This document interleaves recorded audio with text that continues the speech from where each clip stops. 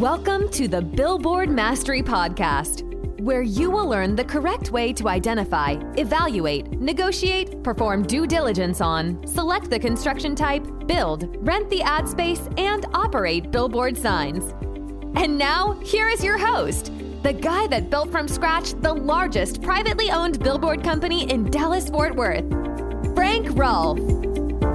I've owned billboards that have been up a half a century, and I've owned billboards that only survived a matter of a few months. This is Frank Rolfe, the Billboard Mastery Podcast, talking all about longevity of the sign. How long will that sign stand? How long will that sign be able to make you money? And the way I look at it, there's basically 6 different components in making that estimate. Question 1, what are you making the sign out of? Now, there are many different ways to build a sign. Wooden telephone poles, I-beams, steel monopole, wall mount, roof mount. So how are you building the thing? If you're building the thing out of telephone poles, you need to know right off the bat, that is not a permanent fixture. Telephone poles, as great as they may be, over the years tend to rot. Over the years, they tend to have the combination of rotting and wind load that can lead to catastrophic failure. No one who builds a wooden sign ever anticipates that it will last for hundreds of years. However, we build them anyway because they're cheap. So that's your trade-off. When you're buying that wooden telephone pole sign and building that wooden telephone pole sign, you're doing so with the full expectation that you're exchanging massive longevity for low initial price. And who knows, there are wooden signs out there which have lasted 50 and even maybe 100 years out there, but you know that wood is not as long as steel. So on the very front end, when you build the sign or buy the sign, it's absolutely safe to bet that a steel sign will last longer than any other type. And that doesn't matter whether it's I-beam or monopole. I've owned both, and basically metal is metal. As long as it was built according to original plans, it should last seemingly till the end of time. Number 2 is the position of the sign. Where do you have the sign positioned on the property? The key here is I don't want to have the sign where it gets in the way of what goes on the property on a day-to-day basis, because if I do that over the years, there will be endless irritation, and then ultimately that will lead to the sign's removal. So if I've got a property and it's got some kind of business on it where there's lots of traffic going in and out, I don't want to be anywhere near the things that will get me in trouble. I want to be over in the corner of the property. I want to be right up against the wall of the building. I just want to be in an area that's completely out of the way. The more out of the way you are, obviously, the longer the sign will exist. Then comes the issue of, is the property developed or undeveloped? Clearly, a developed property gives you greater chance of longevity than undeveloped. Because on undeveloped, we don't really know what the use will be, so it's hard to stay out of the way. And on undeveloped, we know that the future buyer who wants to build the item on the property may well elect that your sign has to go. And it's not always because of development itself, just because the building has to go there. It could also be that having your sign on the property limits how many signs they can have for the business that they build there. So if you want to be a permanent sign, you want to be on a developed property as opposed to a raw piece of land. And then you have the question of future development potential. There are some raw land pieces out there that will never, ever be developed. I once built a billboard on a piece of land on part of a farm that was heavily in the floodplain.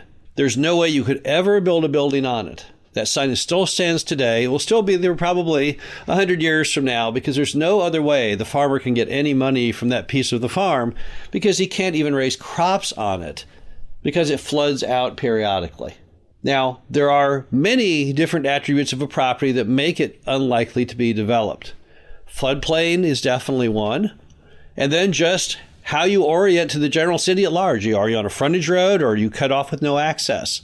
You can kind of look at most land from an aerial and decide what the future potential for development is. And if you say to yourself, well, there's not much, then there probably isn't. Next comes your lease. How long is your lease? Now, I have always thought that the length of your lease is one of the most important parts of any lease. So I've always tried to go with a 15-year lease with a 15-year option, where the option is fully in my court. That equates to a 30-year lease. If I do a 30-year lease, I have a very good chance of that lasting far, far longer, because 30 years later, everyone has forgotten about the sign, and my lease will just roll over and over again until the end of time. If, however, you do a railroad lease, which is only a 24-hour lease, then it's very possible that it won't last that long. I always had terrible luck with my railroad leases because even though the railroad told me, oh, don't worry, we'd never terminate you, they always did. They only made it through a few years before they would terminate it. So having a nice, lengthy ground lease is another great way to ensure that your sign will be up for a really, really long period of time. Also, what happens at the end of the lease is equally important. You want to have your lease, if no one says, wait, I don't want to renew, that it automatically renews for a similar term. You don't want to have it where the lease ends and then you have to renegotiate the new lease. The key reason for that, of course, is if I have to go and renegotiate a new lease, I have to remind the person that they do have the option at that moment to cancel. I don't want them to remember that. I want to get calls from people who say, hey, I think I missed the deadline to, renegotiate the ground lease by 6 months. And you say, oh, yeah, well, that's okay. Just let me know again in 30 years. They'll never remember that.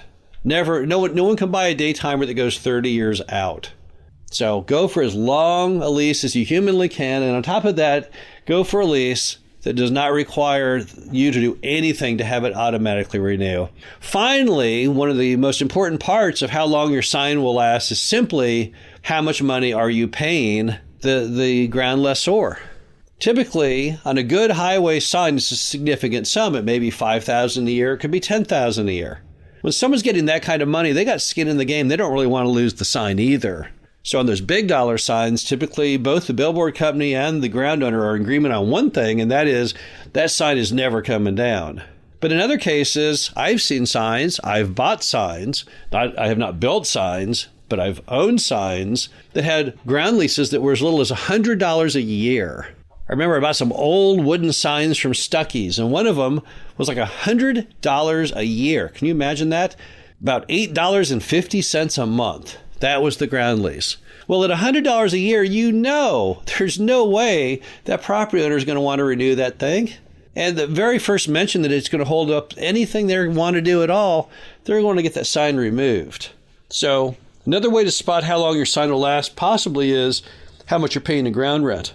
That's why if you're buying a sign with very, very low ground rent with a lease that's coming up soon, it's a pretty good bet it isn't going to make it. I would go back to the property owner and try and renegotiate a new lease, even if I had to start paying them more. It's typically not a great idea to try and be ripping off your landowner by paying them a sub-market rent, thinking you're getting ahead by pocketing the balance. That's a very short-term thought, because that's a lease that will not survive. The bottom line to it all is every billboard can be evaluated if you simply look at the type of structure you're building, your position on the property, whether the property is developed or undeveloped, what the future development potential is of the property, the length of your lease, and how much money you are currently paying the property owner. Remember that all of your profitability in a sign typically comes after you pay off the debt. So every day, every month, every year that it doesn't stand, that's really eating into your profits. This is Frank Rolfe, the Billboard Mastery Podcast. Hope you enjoyed this. Talk to you again soon. Thank you for listening to the Billboard Mastery Podcast. Be sure to visit us at www.billboardmastery.com, where you can find past episodes of this show, plus an array of information to help you successfully build, buy, and operate billboard signs.